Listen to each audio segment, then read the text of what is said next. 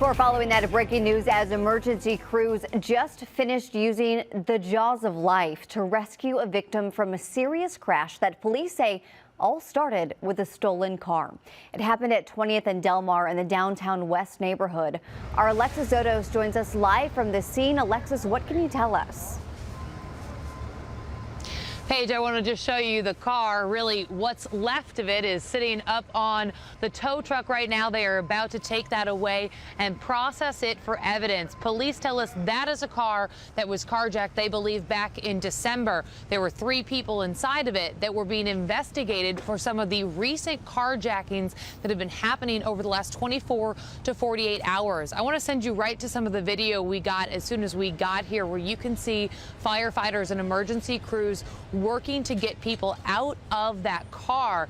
It crashed because police were investigating it and following or pursuing that car, again, in connection to recent carjackings. Police tell us that jaws of life were used to get 3 people out of that car. They believe 1 was an adult, 2 of them were juveniles. All 3 were taken to the hospital. I asked police what will happen next.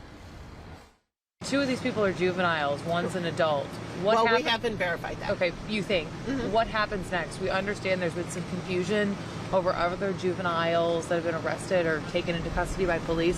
What can you tell the public that if they're out of the hospital, that they're not going to go back out on the street?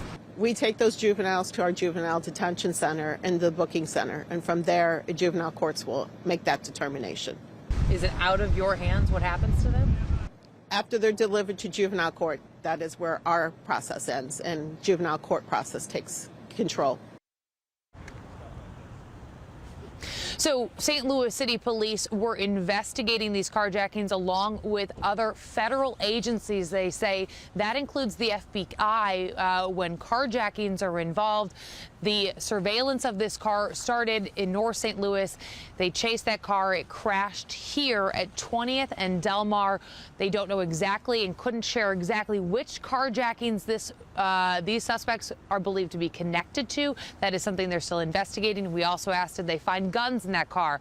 That car, as we mentioned, will be headed to be processed by police for any evidence. We'll bring you any updates as we get them. Reporting live in downtown West, Alexis Zotos, News 4. Alexis, thank you. And just to give you a little bit more context about this breaking news, St. Louis police did report 7 carjackings and attempted carjackings just over the past 2 nights.